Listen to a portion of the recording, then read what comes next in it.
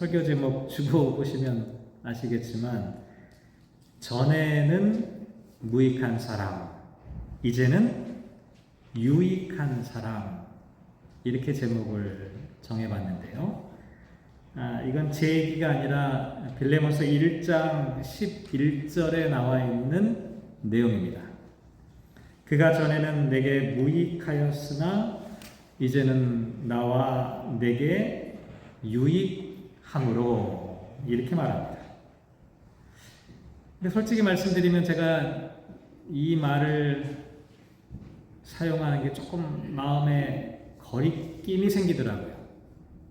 이 무익하다, 유익하다, 영어로 보니까 무익하다는 useless 이렇게 되어 있고요, 유익하다는 useful 이렇게 되어 있더라고요. 이 단어를 쓰는 게 조금 깨름직해요. 왜 그러냐면 사람들이 무익하다, 유익하다 이렇게 말하면 번뜩 어떤 생각을 떠올리게 되냐면 이익과 손해를 떠올립니다. 경제적인 용어로 이 단어를 생각하는 거죠. 그러니까 그래, 유익하다, 이익이 되는 사람이구나, 아니면 무익하다, 손해를 끼치는 사람이구나, 그러니까 이렇게 생각하기가 쉬운 거예요. 근데 이렇게 되다 보면 어떻게 되냐면 어떤 사람이 조금 부족해요, 조금 연약해요. 뭐 경제적으로 모든 사람이 부자가 될 수는 없잖아요. 가난할 수도 있지요. 모든 사람이 건강할 수는 없죠. 신체적으로 불편한 사람도 있지요. 모든 사람이 젊고 팔팔한 건 아니잖아요. 나이가 들어서 더 이상 생산 활동을 하지 않는 분들도 있죠. 그러면은 이 기준으로 따져보면 유익한 사람, 뭔가 생산적으로 이익을 만들어내는 사람이라면, 무익한 사람은 경제 활동을 못하고 생산적인 활동을 하지 못하면 다 무익한 사람이 되는 걸까? 이렇게 생각하게 될까봐 제가 이 단어를 사용하는 게 마음속에 좀 부담이 있었습니다. 그런데 성경을 한번 자세히 살펴봤죠. 그랬더니 유익한 사람, 무익한 사람은 효율과 경제성의 측면에서 이야기하는 게 아니라, 조금 어려운 표현이긴 하지만 존재의 가치에 따른 구분이었어요. 왜 그러냐면 이 무익하다, 아크레이스토스라고 하는 단어로 되어 있는데, 크레이토스라고 하는 단어, 아라는 단어가 헬라어에서는 전부 다 부정접두사입니다. 무엇이 아니다라고 하는 뜻이에요. 그런데 유익하다라고 하는 단어를 찾아보니까 유크레스토스 이렇게 되어 있어요. 뒤에 나와 있는 크레스토스라고 하는 단어는 똑같은데 앞에 유가 붙었어요. 헬라어에서 유라고 하는 단어는 어떤 거냐면 긍정접두어예요. 그러니까 똑같은 단어를 사용하면서 한쪽은 부정접두어, 한쪽은 긍정접두어를 사용하고 있다는 겁니다. 그럼 결국 뭐가 중요하냐? 크레스토스라고 하는 이 단어가 도대체 무슨 뜻을 갖고 있느냐라고 하는 것이 중요한 거예요. 이 단어를 찾아보면 어떻게 되어 있냐면, 이거는 어떤 경제적인 이익을 남긴다, 이런 것을 의미하는 게 아니라, 이 단어를 영어로 번역하면 아주 심플합니다. 굿이에요. 굿. 근데 이 굿이라고 하는 단어가요, 되게 평범한 단어 같은데 성경에서는 이 굿이라고 하는 단어가 되게 중요한 단어입니다. 이 굿이라고 하는 단어는 성경에서 다양하게 번역이 되는데, 가장 중요한 번역이 뭐냐면 적절하다, 적합하다 라고 하는 번역입니다. 왜냐하면 하나님께서 온 천지 만물을 창조하신 후에 보시기에 좋았다, 이렇게 말씀하셨잖아요. 보시기에 좋다. 이때 좋다가 굿입니다. 이거는 그냥 아름답다라고 하는 정도를 뛰어넘는 표현이에요. 보시기에 좋았다라고 하는 것은 하나님께서 창조하신 모든 피조 세계가 제자리에서 제 역할을 제 위치에 잘 놓여 있다. 제대로 작동하고 있다. 제대로 활동하고 있다. 제대로 움직이고 있다라고 하는 이런 표현들을 의미하는 단어입니다. 결국 무익한 사람은 뭘까요? 이런 표현을 통해서 보면 무익한 사람은 하나님의 도움이 없는 거예요. 다시 말씀드리면 제자리를 잃어버린 겁니다. 유익한 사람은 뭡니까? 돈 많이 버는 사람이 아니에요. 유익한 사람은 제자리를 찾아 살고 있는 사람이에요. 하나님이 나에게 부여하신 삶의 자리, 형편, 그 모습을 잘 지켜내면서 살아가는 사람, 하나님의 좋음을 마음속에 간직하고 있는 사람, 이런 사람이 유익한 사람. 그러니까 이게 경제적인 용어가 아니라는 겁니다. 경제적으로 이해관계를 나타내는 그런 표현이 아니었다는 거죠. 그러니까 이 단어를 이제 마음껏 써도 되겠구나 하는 생각을 하게 되었어요. 오늘 본문 말씀 속에 사도 바울이 오네시모를 향해 뭐라고 말하냐면, 그가 전에는 내게 무익하였으나 이제는 나와 내게 유익한 사람이다, 이렇게 말합니다. 조금 전에도 말씀드렸지만 이건 오네시모가 이제 직장생활 하게 됐어, 이제 돈 좀 꽤 벌어, 이런 얘기가 아니에요. 오네시모가 존재의 가치를 회복했다는 말입니다. 하나님께서 허락하신 인생의 의미와 삶의 방향성을 이제 찾은 거예요. 길을 잃어버리면서 살고 있던 오네시모가 이제 참다운 하나님께서 기뻐하시는 그 인생의 삶의 비밀을 알게 된 거예요. 그래서 오네시모가 하나님의 도움을 간직한 사람이 됐다라고 하는 의미를 갖고 있습니다. 이제는 더 이상 절망적이지 않다는 거예요. 이제 소망을 갖게 됐다는 겁니다. 이제는 죽음으로 달려가는 게 아니라 이제는 생명의 길로 가게 되었다라고 말하는 겁니다. 참 재미있는 게요, 오네시모라고 하는 이 이름 있잖아요. 이 이름이 오비네미라고 하는 히브리어 동사에서, 헬라어 동사에서부터 이렇게 비롯되었는데, 이 오비네미라고 하는 이 단어는 이 영어로 번역하면 프로핏이에요. 베네핏이에요. 이게 부모님이 아마 이름을 지어줄 때 이렇게 이름을 지었을까? 한마디로 말하면 아이들 이름을 지을 때 넌 1000억이다.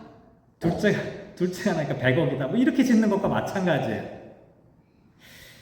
부모님이 이름을 지을 때 이렇게 이름을 지은 거예요. 한마디로 말하면 부자가 되라는 얘기입니다. 유익한 사람이 되라, 이렇게 이름을 지어준 겁니다. 그런데 불행하게도 오네시모의 삶은 그렇지 못했어요. 유익한 사람이 아니었죠. 자기를 믿고 신뢰하였던 주인 몰래 주인의 재산을 삥땅 해가지고 도망쳤던 사람이었죠. 그러다가 어떤 일이 벌어집니까? 감옥에서 사도 바울을 만나게 되는 거예요. 이것도 참 아이러니해요. 감옥은 어떤 것입니까?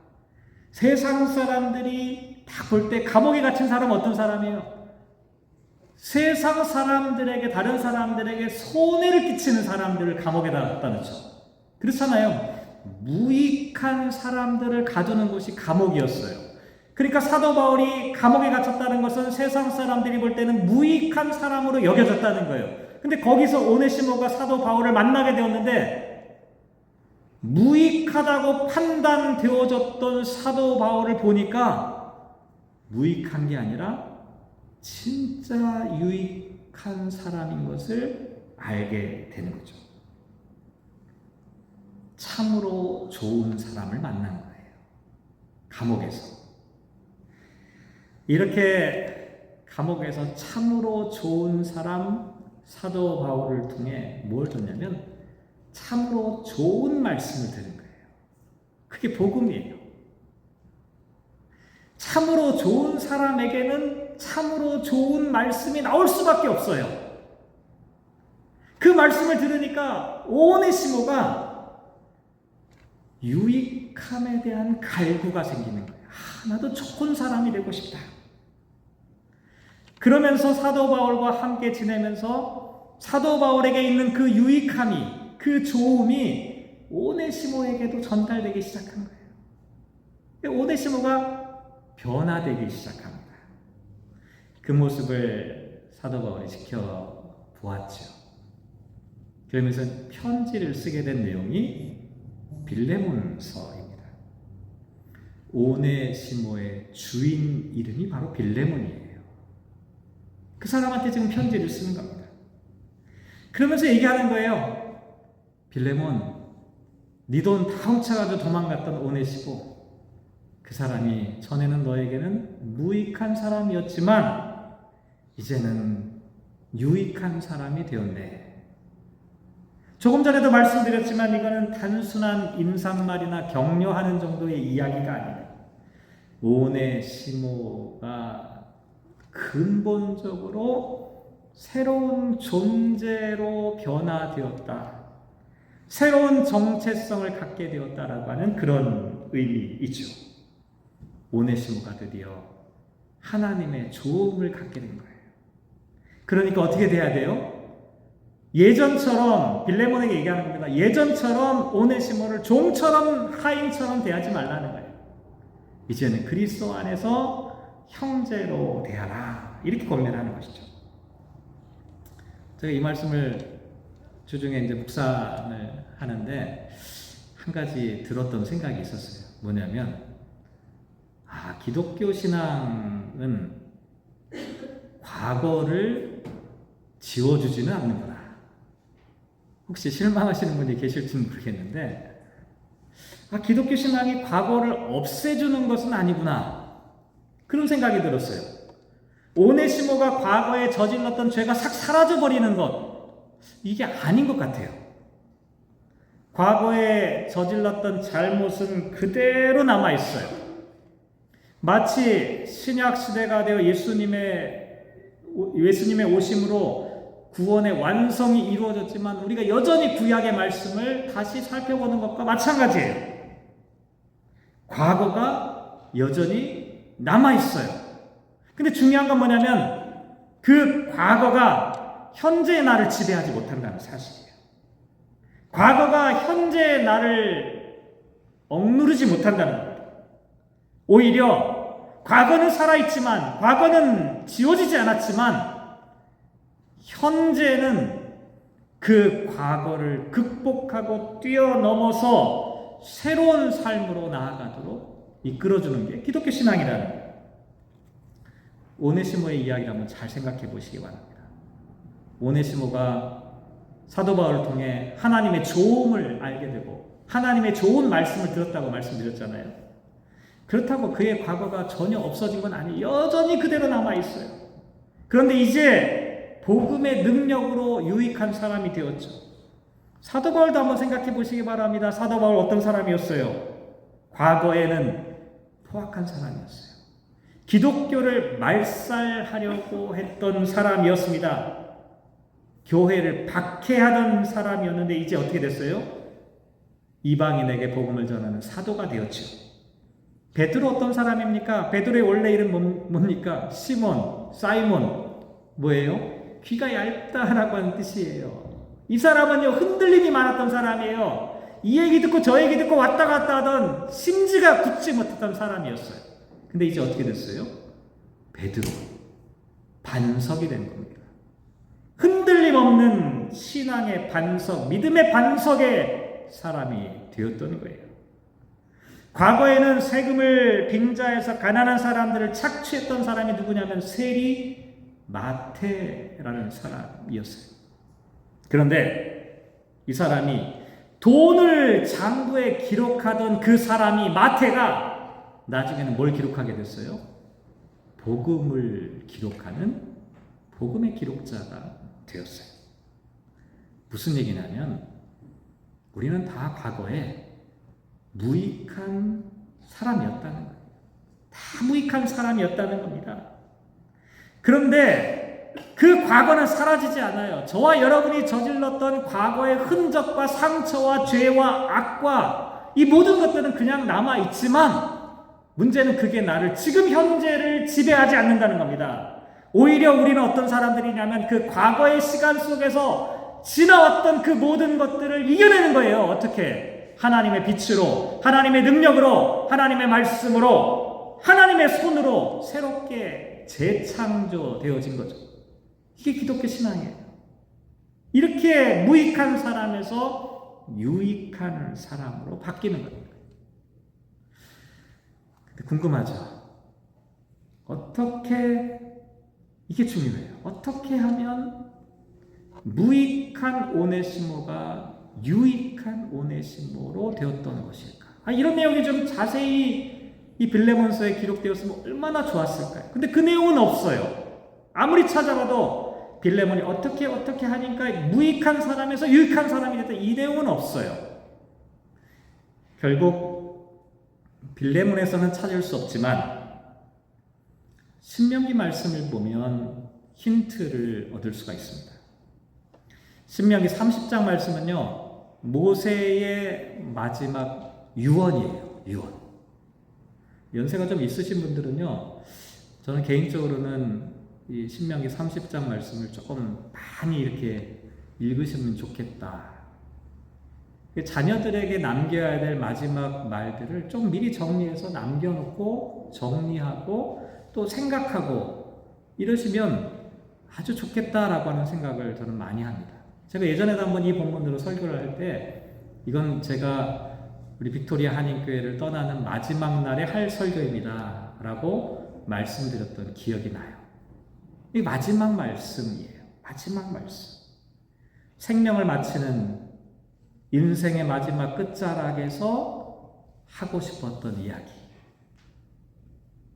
뭐라고 얘기하냐면 많은 후손들이 있을 거 아니에요?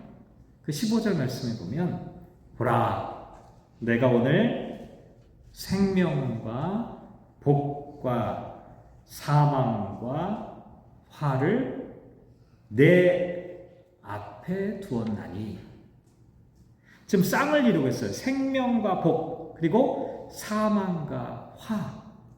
근데 똑같은 말이에요. 하나는 복이고 하나는 화예요. 근데 여기 나와 있는 이 복이란 단어 있잖아요. 이게 blessing이라고 번역이 되지만 히브리어 찾아보니까 이 단어가 뭐냐면 좋음이에요. 굿이에요. 결국 무슨 얘기냐면 유익한 사람이라고 하는 이 표현이 바로 복 있는 사람이라고 하는 뜻이에요. 생명과 복을 선택한다라고 하는 것은 우리가 유익한 사람으로 살아가는 길이 무엇인지를 생각해 보는 것과 똑같다는 겁니다. 결국 모세가 인생을 마치면서 마지막으로 후손들에게 주는 말이 이거예요. 하나님의 복, 하나님의 좋음, 이걸 좀 누려봐라. 이걸 선택하라, 이렇게 얘기하는데요. 이 말 어떤 분들은 좀 오해하실 수가 있는데 마치 인간의 운명을 스스로 막 다 결정할 수 있다, 이런 의미가 선택이라는 의미가 아니에요. 이건 뭐냐면 지금 갈림길에 놓여 있다는 것을 나타내는 겁니다. 사람들은 다 인생의 갈림길 가운데 놓여 있어요. 어떤 길을 선택해서 어떻게 가느냐에 따라 그 인생의 여정이 완전히 바뀌게 되죠. 하나님의 말씀을 듣고 하나님을 사랑하고 하나님의 말씀에 순종하여 삶을 살아가는 사람들도 있고, 다른 한편 다른 신들을 쫓아 살아가며 세상의 질서에 묶여서 살아가는 사람이 있어요. 지금 그 갈림길에 놓여 있다는 거예요. 그 분기점에 놓여 있다라고 하는 것을 강조하는 겁니다. 그 분기점에서 우리는 어떠한 길로 갈 것인가? 믿음의 결단과 선택을 해요. 어떻게 해요? 복의 길로 가라는 거예요. 좋은 길로 가라는 겁니다. 하나님의 축복된 길로 가라는 것이죠. 그럼 어떻게 하면 하나님이 주시는 복을 누리는 길로 갈 수 있을까? 좋은 길로 갈 수 있을까? 16절에 모세는 이렇게 말합니다. 그렇게 하려면 내 하나님 여호와를 사랑하고 그 모든 길로 행하며 그의 명령과 규례와 법도 법도를 지켜야 한다. 이렇게 말합니다. 복의 사람이, 유익한 사람이 되려면 가장 먼저 뭐예요? 하나님을 사랑하라는 거예요. 너무 식상한 얘기죠. 하나님을 사랑하라. 하나님을 사랑한다. 이 사랑이라는 단어가 히브리어로 아헤브라는 단어로 되어 있는데요. 이 단어가 조금 골치 아파요. 왜냐하면 이 단어는 그냥 보통 평범하게 그냥 사랑하고 좋아하고 즐기고 이런 게 아니라 좀 근본적인 얘기를 하는 거예요. 그러니까 하나님을 사랑한다는 말이 그냥 대충 하나님 좋아요 이 정도가 아니라 하나님의 본질, 하나님의 자체를 사랑한다라고 하는 뜻으로 볼 수가 있다는 거예요. 근데 이게 말이 될까요? 여러분들 이게 말이 된다고 생각하시나요? 하나님 자체를 여러분 사랑할 수가 있어요? 저는 불가능하다고 생각합니다. 이건 모순이에요. 하나님이 보이지도 않고 느껴지지도 않고 우리들과 존재의 차원이 완전히 다른데 어떻게 하나님을 사랑해요? 여러분 하나님을 어떻게 사랑하세요? 보이지도 않잖아요. 느껴지지도 않잖아요. 우리의 존재로는 도무지 접근이 불가능한 존재가 하나님이에요. 만약에 하나님이 느껴지고 만져지면 그 하나님이 아니죠. 그 인간의 어떤 상상에 불과해요. 하나님은 인간과는 존재가 완전히 달라요. 우리는 만날 수가 없어요. 접촉이 불가능합니다. 그런데 어떻게 사랑해요? 어떻게 하나님을 사랑합니까? 우리는 하나님을 사랑할 수 없어요. 그런데 한 가지 다행스러운 것은 하나님 그 존재 자체는 우리가 알 수 없지만 하나님께서 무엇을 사랑하신다고 하는 말씀들은 있어요. 이게 힌트입니다. 하나님께서 좋다라고 말씀하신 것들은 있다는 거예요. 그게 뭘까? 하나님은 잘 모르겠는데 하나님은 만져지지도 않고 느껴지지도 않고 알 수도 없지만 하나님께서 인간이 들을 수 있도록 알아들을 수 있도록 하나님이 좋아하시는 것, 사랑하시는 것이 무엇인지에 대한 힌트를 성경 가운데 주셨어요. 그게 뭐냐면 하나님께서 창조하신 피조 세계입니다. 하나님께서 창조하신 피조 세계를 바라보시면서 하나님이 좋다라고 말씀하셨어요. 뿐만 아니라 하나님께서는 인간을 하나님의 형상으로 만드시고 좋다 이렇게 말씀하셨어요. 그러니까 우리가 하나님을 사랑하라고 할 때 하나님 그 자체는 우리가 알 수가 없지만 하나님께서 사랑하시는 것은 알 수가 있다는 거예요. 그러니까 하나님을 사랑하기 위해서는 하나님이 사랑하신다고 말씀하신 그것들을 우리가 사랑하면 결국 하나님을 사랑할 수 있게 되는 겁니다. 이런 의미에서 빌레몬서 1장 한번 잘 생각해 볼 필요가 있는데 사도 바울이 오네시모라고 하는 사람을 설명할 때 뭐라고 얘기하냐면 10절에 보면 갇힌 중에 낳은 내 아들, 사도 바울 결혼 안 했는데도 불구하고 아들 같은 사람, 또 12절 말씀에 보면 내 신복이라고 되어 있어요. 이 신복이란 말은요 영어로 번역하면 내 heart예요. 내 심장이라는 거예요. 사도 바울이 이 오네시모, 이 도둑놈한테 했던 표현이에요. 그리고 13절에 보면 내 대신 나를 섬기게 할 사람 이렇게 말합니다. 또 16절에 보면 종이었지만 종 이상으로 곧 사랑받는 형제라고 오네시모를 표현합니다. 저는 이 말씀을 읽을 때 어떻게 들렸냐면 사도 바울이 하나님 사랑합니다 라고 말하는 것처럼 들렸어요. 여기에 하나님이란 표현은 한 번도 안 나왔어요. 그렇잖아요. 하나님이 주어로 한 번도 등장하지 않았지만 사도 바울이 하나님, 제가 하나님 사랑합니다 라고 하는 말처럼 들린다니까요.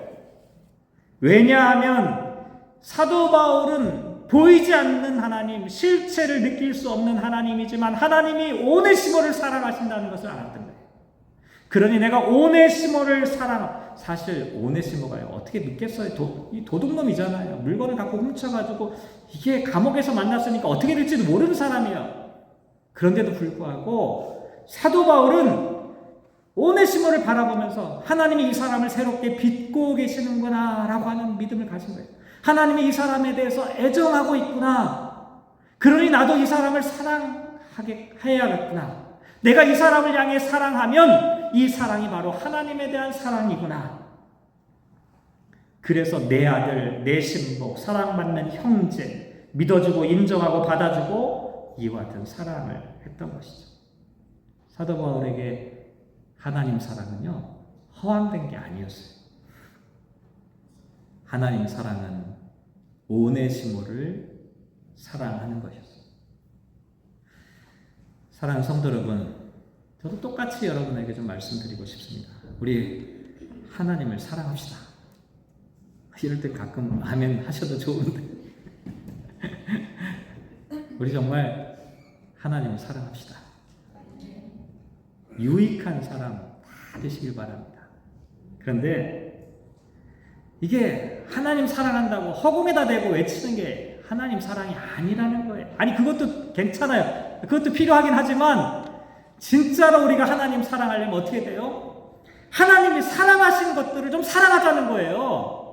하나님이 사랑하는 성도들을 한번 사랑하자는 거예요. 하나님이 창조하시고 보시기에 좋았더라 말씀하신 이 자연 세계 사랑하자는 거예요. 지켜내자는 거예요. 보존하자는 거예요.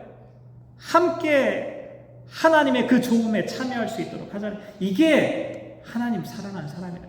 모세가 마지막으로 얘기하는 겁니다. 하나님 사랑해라. 또 그 다음에 이야기하는 게 뭔지 아십니까? 하나님의 길로 행하는 사람. 하나님이 길로 행한다. 제가 이 말씀도 여러 번 말씀드렸는데, 이 행한다라고 하는 단어가요, 동행한다, 할라크라고 하는 단어인데요. 그냥 같이 길을 걸어가는 거예요. 같이 길을 가는 거예요. 한번 머릿속에 상상해 보시기 바랍니다. 같은 길을 쭉 걸어가려면 어떻게 돼요? 서로 마주보면서 걸어가면 같은 길을 걸어갈 수 있나요? 그렇지 않아요. 같은 길을 간다는 것은요, 같은 방향을 바라본다라고 하는 뜻을 갖고 있습니다. 같은 목표를 지향하고 있다는 의미를 갖고 있어요. 근데 하나님이 어떤 방향으로 가는지를 알아야 나도 그 길로 같이 갈 거 아니에요. 그러니까 하나님과 동행하기 위해서는 반드시 뭐가 필요해요? 하나님이 지금 어떤 길로 가시는지를 지켜봐야 되는 거예요. 그러려면 하나님의 뜻과 하나님의 생각과 하나님의 마음을 우리가 알아야 돼요. 근데 어떻게 알 수가 있어요? 다른 방법은 없어요. 하나님께서 하나님의 뜻을 우리에게 가르쳐 주신 게 있어요. 그게 뭐예요? 하나님의 말씀이에요. 그래서 그 다음에 나와 있는 이야기가 뭐냐면 명령과 규례와 법도를 지켜라 이렇게 말합니다. 하나님과 동행하려면 하나님의 말씀을 알아야 되는 거예요. 그냥 아는 정도가 아니라 하나님의 말씀과 명령과 규례와 법도를 지켜야 돼요. 지키는 게 뭔지 아시죠? 이 샤마르라고 하는 이 단어는요, 마음속에 간직한 건데요, 한마디로 하면 보디가드를 세우는 거 마찬가지. 영어 번역도 그래요. 보디가드를 세우는 거예요. 이 말씀을 보디가드를 세우는 거예요. 사라지지 않도록. 역사적으로 이스라엘 백성들 이 하나님의 말씀을 못 지켰어요. 못 지켰어요. 참 불행한 일이죠. 그 결국 나라가 망하고 하나님의 심판으로 뿔뿔이 흩어지는 비극적인 결과를 초래하게 되었는데, 근데 우리가 한번 잘 생각해 볼 필요가 있습니다. 이스라엘 백성들이 왜 하나님의 말씀을 지키지 못했던 것일까? 많은 사람들이 오해하는 게 뭐냐면 하나님의 말씀을 지키지 못했다는 말을 하나님의 말씀을 보존하지 못했다는 걸로 오해해요. 그게 아니에요. 이스라엘 백성들은 하나님의 말씀을 보존했어요. 그런데 지키지는 못했어요. 왜 그러냐면 하나님의 말씀을 지킨다라고 하는 것은 하나님의 말씀을 그냥 보존하는 게 아니라 하나님의 말씀의 가치를 존중하는 건데, 이스라엘 백성들은 하나님의 말씀을 무가치하게 생각했어요. 외면했어요. 무시했던 거예요. 근데 이상하지 않나요? 왜 이스라엘 백성들이 하나님의 말씀을 외면하고 무시했을까? 이스라엘 백성들만큼 하나님의 말씀을 사랑한 민족이 없는데 도대체 무슨 말씀입니까? 하나님의 말씀을 지키는 건요, 마음으로 지켜야 돼요. 근데 문제는 뭐냐면 이게 어려워요. 마음으로 하나님의 말씀을 지키는 것, 이게 어렵다 보니까 이스라엘 사람들이 어떻게 하기 시작했냐면 이걸 조항을 만들어 놓고 이걸 지키면 말씀을 지킨 것이다 라고 하는 율법주의적인 접근을 하기 시작한 겁니다. 그러다 보니까 점점 어떻게 됐냐면 하나님의 말씀은 보존되어 있는데 율법의 형식과 껍데기만 남게 된 거예요. 쉽게 말씀드리면 이런 겁니다. 예배를 드리는데 마음이 없는 거예요. 제사를 드리는데 딴 마음을 먹고 있는 거예요. 율법을 지킨다고 하면서도 하나님의 말씀을 간과하고 무시하고 외면하게 되었던 것이죠. 그래서 모세가 이 사실을 너무나 잘 알고 있기 때문에 하나님의 말씀, 명령과 규례와 법도를 지키는 게 그냥 율법의 조항만을 지키는 게 아니라 20절에 보면 그의 말씀을 청종하며 또 그를 의지하는 것이다. 하나님의 말씀을 지키는 것은 하나님의 말씀을 순종하고 하나님의 말씀에 의존하는 거예요. 요즘 우리가 모르는 문제가 생기면 어떻게 합니까? 챗GPT한테 물어봐. 챗GPT가 참 똑똑해요. 다 알아.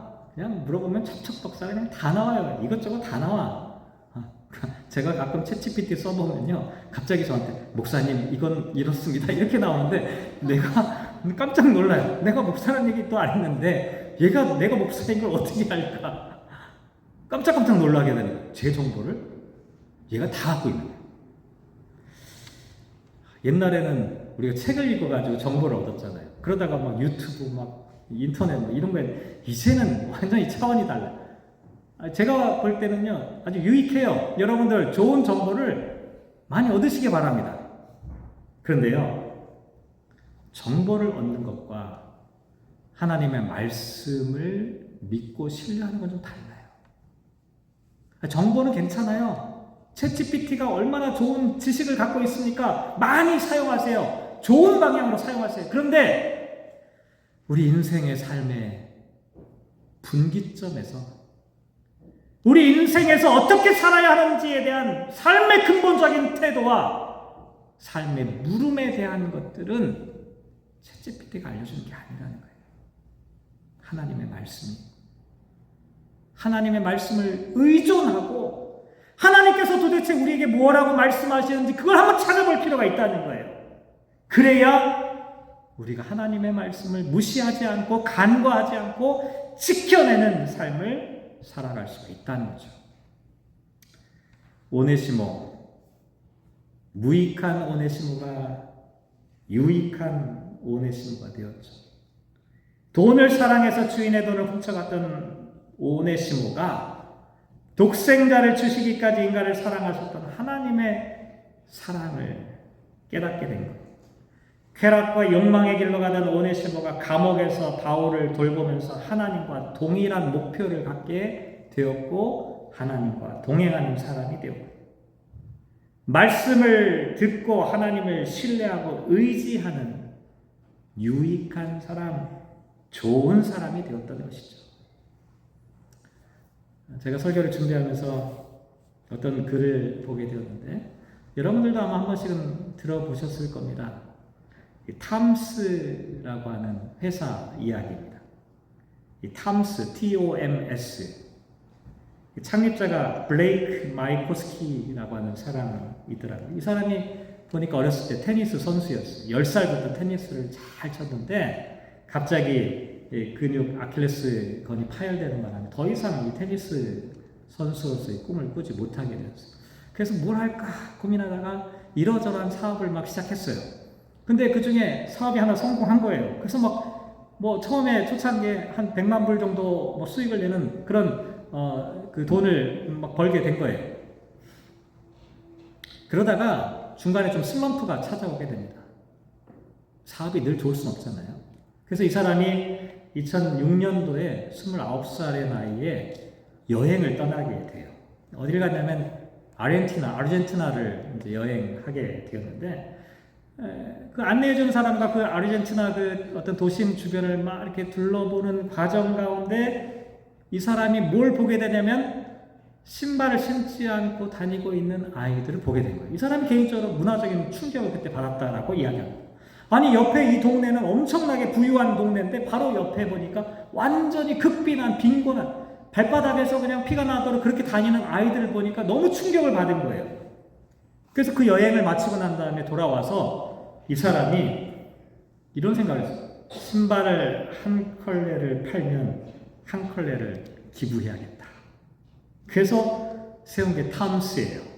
Shoes for better tomorrow. 그러니까 더 나은 내일을 위한 신발을 만든 거예요. 근데 이 마이코스키라고 하는 사람의 이야기 여기서 딱 끝난 게 아니라 그 다음에 또 이어지는데 이게 여기서 딱 끝났으면 좋았을 텐데 그 다음에 어떤 일이 벌어져요? 돈을 엄청 벌었어요. 탐스가. 근데 이 사람이 우울증에 깊은 우울증에 빠지게 되었어요.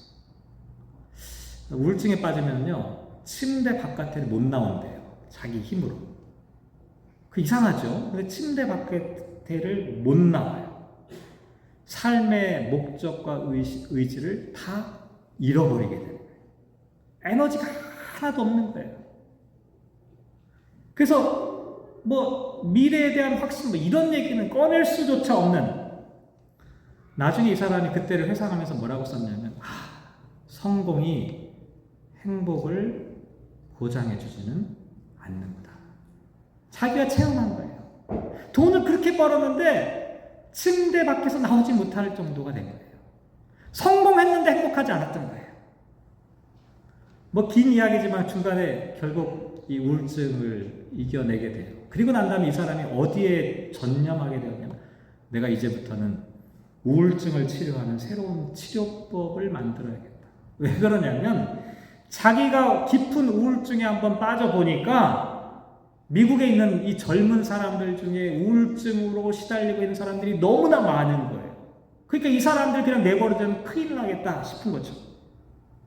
그래서 이 사람들을 위해서 우울증을 치료할 수 있는 방법을 찾아야겠다. 이게 그 사람의 그 다음 플랜이었어요. 처음에는 실패한 테니스 선수였고요. 나중에는 성공한 실패자였어요. 우울증으로 고통받던 마이코스키. 어떻게 보면 무익한 사람으로 전락할 수 있었죠. 하지만 그는 유익한 사람이 되었어요. 나중에 어떤 사람이 인터뷰를 했어요. 마이코스키라고 하는 사람한테 당신이 어떻게 이렇게 살게 되었습니까? 라고 했을 때 그의 대답이 이런 거였어요. 다른 사람에게 집중할수록 우리는 더 열린 마음이 됩니다. 더 열린 마음이 될수록 더 많은 사랑을 경험하고 두려움은 줄어듭니다. 저는 이 사람이 정말 기독교 신앙인이었으면 너무너무 좋겠다 싶은데 잘 모르겠어요. 근데 이 사람이 가장 좋아하는 말이 성경 구절에 있다는 걸 보니까 아마도 신앙인이 아닐까 그렇게 기대해 보는데 이 사람은 정말 하나님 사랑하는 사람이구나. 하나님을 사랑한다는 게 조금 전에 말씀드린 것처럼 하나님이 사랑하시는 사람들을 사랑하는 거예요. 하나님이 사랑하시는 사람들에 대한 애정을 갖고 있는 거예요. 그들을 긍휼히 바라보는 거예요. 설교를 마무리하죠. 우리 올해 상반기에 구역 모임 가운데 제가 소개했던 내용이 어떤 거냐. 마틴 부버라고 하는 분의 나와 너라고 하는 그런 내용을 한번 소개했어요. 사람들은 수많은 관계가 있어요. 근데 대부분의 관계들은 어떤 관계냐면 나와 그것의 관계입니다. 나와 그것의 관계는 뭐냐면 상대방을 도구로 보는 관계입니다. 이렇게 보면 어떻게 되는지 아십니까? 상대방이 쓸모가 있으면 유익한데요. 쓸모가 없으면 무익해져요. 근데 나와 그것의 관계뿐만 아니라 나와 너의 관계도 있어요. 이건 상대방을 인격으로 대하는 겁니다. 그 존재 자체를 의미 있게 바라보는 것이죠. 불행하게도 우리가 살아가는 이 세상은 우리를 그것으로 여기도록 하지. 그래서 사람들을 평가할 때 어떻게 평가하냐면 그 존재로 평가하는 게 아니라 그 사람의 스펙과 성과와 실적과 소득으로 그 사람을 평가합니다. 그러니까 우리는 끊임없이 비교당하고 언제든지 무익한 자로 전락할 수 있게 돼요. 그리고 무익한 사람이라고 낙인 찍어버리는 거죠. 그러니까 이렇게 되면 어떻게 되냐면 처음에는 유익한 사람이었는데 나중에는 무익한 사람이 되어버린다니까요. 하지만 기독교 신앙은 정반대입니다. 하나님은 저와 여러분을 나와 너로 부르고 계시죠. 너는 내 아들이다. 너는 내 딸이다. 너는 존귀한 존재다. 너는 무익한 존재가 아니라 유익한 자다. 무익했던 사람이 유익하게 되는 것. 이게 기독교 신학에서 말하는 소망입니다. 사랑하는 성도 여러분, 이름만 유익했던 오네시모가 진짜 유익한 사람이 되었던 것처럼 우리도 유익한 사람, 사망에서 생명으로, 절망에서 소망으로 하나님을 사랑하고 주님과 동행하고 하나님의 말씀을 지켜내는 사람. 그래서 누군가에게 신발 신겨주는 사람, 그런 사람 되었으면 좋겠습니다. 기도하겠습니다. 사랑이 많으신 아버지 하나님, 우리는 모두 무익한 사람들입니다. 하나님의 뜻을 거슬러 등을 치고 배신하고 배반하였기 때문입니다. 우리는 하나님의 구원과 섭리와 축복의 길 대신 절망과 죽음과 좌절의 길을 선택하여 가고 있습니다. 저희들의 발걸음을 막아주시고 새로운 길로 인도하여 주신 예수 그리스도의 은혜로 우리는 하나님의 좋음을 다시 찾게 되었습니다. 하나님, 우리가 이와 같은 좋음을 간직하며 살아가게 하여 주십시오. 이 좋음을 다른 사람에게도 함께 나누게 하여 주십시오. 그리하여 하나님을 사랑하게 하여 주십시오. 사랑하는 하나님, 우리가 이 땅을 살아가며 무엇보다도 하나님의 말씀을 지켜내게 하여 주십시오. 우리 마음 한복판에 하나님이 주시는 뜻과 섭리가 살아 움직이게 하여 주십시오. 그리하여 빅토리아 안인교회는 모든 성도들 한 사람 한 사람이 모두 유익한 사람 되게 하여 주십시오. 함께 하시기를 간절히 소망하며 이 모든 말씀 예수님의 이름으로 기도합니다. 아멘.